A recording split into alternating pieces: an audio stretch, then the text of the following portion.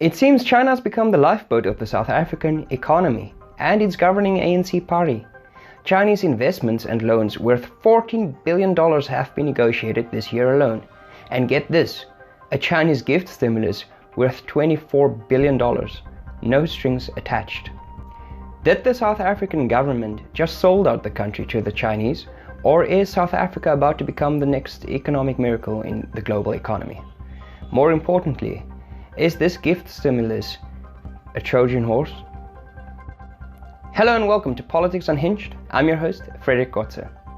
There is one fundamental principle that governs how countries act towards one another, and that is countries don't have permanent friends or perpetual enemies, only permanent interest. So, what interest does China have in South Africa? Well, South Africa has the third biggest, most diversified and most sophisticated economy on the African continent.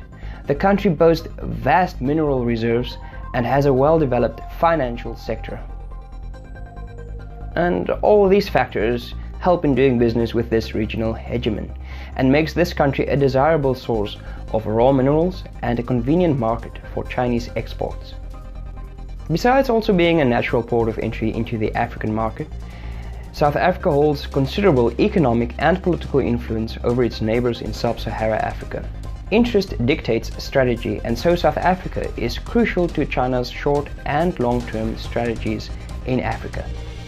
China's short-term economic strategy in Africa can be best described as establishing a reliable source of raw minerals on which the Chinese economy is reliant on for the foreseeable future. Africa is also increasingly becoming a source of cheap labor. In fact, we are witnessing more and more Chinese companies moving operations to the African continent in order to stay competitive. These objectives are achieved by extensive investments and generous soft loans, agreements with almost no strings attached compared to that offered by the West. These loans are not necessarily repaid in cash, nor do they seemingly come with rigid political demands, but they do require the beneficiary to grant the benefactor direct and wide access to markets and resources. China's short-term political strategy would be to maintain friendly relations with the governing parties in Africa. Indeed, many African countries are governed by former liberation movements who resisted the colonial rule with logistical and financial support from the People's Republic of China. However, openly demonstrating political support can be disadvantageous in the long term. For this reason, the Chinese have no interest in acting on the basis of what is politically expedient, but rather what is politically convenient. That is to say, they support the government of the day just as long as Chinese interests are not threatened and the beneficiary country respects the agreements that have been negotiated. In other words, Chinese money serves Chinese interest. In this regard, contracts are no less ambiguous or more benign than that offered by the West. In the long term, the Chinese economic and political objectives would complement those of the short term to the extent that Chinese interests are promoted and safeguarded. China's blueprint for its One Belt, One Road initiative is a useful tool to predict and explain Chinese behavior in Africa and elsewhere. This initiative aims to reshape global trade in favor of Chinese industry, manufacturing, and services. It is important to note that China's behavior is neither wrong nor right, as this is how every country acts. Nonetheless, China's generosity in Africa and by extension in South Africa should not be viewed as being above suspicion. The more reliant a country is on any foreign source of funding, the more that country has to toe the line according to its benefactor. This is evident by instances where various countries could not meet their obligations to China, the most notable cases being those of Sri Lanka and Zambia. Basic market logic dictates that once a debtor defaults on its debt, it has to liquidate assets in order to repay debt. The rule of thumb is to never borrow above your means. In the cases of Sri Lanka and Zambia, these two principles are more than fitting to demonstrate the dangers of Chinese generosity. Sri Lanka handed economic control of its deep water port Hambantota to the Chinese last year. Under an agreement signed in 2017, China Merchant Port Holdings will run the $1.5 billion Chinese-built port on a 99-year lease. This deal was negotiated after the debt-ridden Sri Lankan government defaulted on its debt to China. In short, the Sri Lankan government had been spending above its means and economic potential. This is evident by government debt levels of 77.6% of GDP in 2017 and a government budget deficit of 5.5% of GDP. Put differently, the government could simply not fulfill its financial obligations.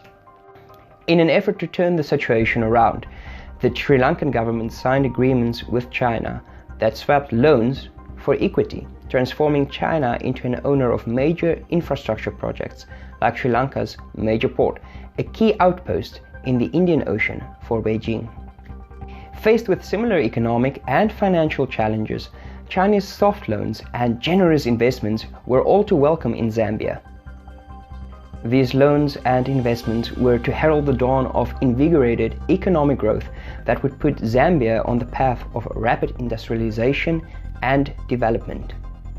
In recent weeks, media reports have described steps taken by the Chinese to take control of Zambia's biggest power utility and largest airport. A trend is emerging. China extends soft loans and makes extensive investments. The beneficiary country defaults on its debt. The Chinese then take control of key national infrastructure and other national resources. However, at the end of the day, China should not be blamed for acting in its own interest. The fact of the matter is, the respective governments of Sri Lanka and Zambia were the ones that failed their nations. Considering all this, the South African government's increasing reliance on Chinese investments, loans, and gift money is more than a little disconcerting. Earlier this year, China came to the rescue of some of the biggest state-owned enterprises in South Africa, among which the country's power utility, Eskom, and the rail, port and pipeline company, Transnet. These state-owned entities control key infrastructure in South Africa. Time will tell whether the South African government can turn these enterprises successfully around. But given its track record in trying to achieve precisely this goal, the prospect of this is bleak at best. On September 21st, the CEO of the reputable South African Institute for Race Relations, Dr. Frans Cronje, made the following statements concerning the ANC's government-envisioned stimulus package for the economy. What was announced today is vacuous in the sense that it fails to address the deeper policy underpinnings of South Africa's sluggish economic growth. There was nothing fundamental on labor market reform, nothing sound on empowerment policy reform, no moves of any significance on education policy, and far from adequate assurances on property rights. He went on to state that the Institute's polling identified jobs, better education, and higher levels of security as priority among the populace. These demands could best be met by securing property rights, deregulating the labor market to prize the poor into jobs, repealing current empowerment rules and edicts and replacing them with a new empowerment policy framework that focuses on socio-economic disadvantage and reward investor contributions to job creation and fixed investment, and allowing communities to take back control of schools and police stations from politicians and bureaucrats. The ANC government has systematically taken steps in direct contradiction to these proposals. Under the ANC government, the state has steadily encroached on property rights with the National Water Act of 1998 and the Mineral and Resources Development Act of 2002. Laws that effectively eliminated private property rights and expropriated property without compensation. As a matter of fact, as I speak now, the ANC is testing the limits of the Constitution to effectively eliminate property rights on privately held land. The South African Parliament adopted a resolution to amend the Constitution in order to expropriate land without compensation. A committee was established to determine how, not if, the Constitution should be amended. With a majority in both houses of Parliament and with the support of most opposition parties, it seems South Africa's trajectory is set. I've been your host, Frederik Kotze, for this edition of Politics Unhinged. If you enjoy videos such as this one, please hit the like button and subscribe to this channel, hitting the bell icon as you do so. Also, leave a comment down below and share your thoughts on this topic. You can also find me on Twitter. Our worldview helps to predict and explain our actions. In politics, worldviews are often influenced by ideology. The next edition of Politics Unhinged will focus on South Africa's ruling party, the African National Congress, and its ideological roots by which it governs.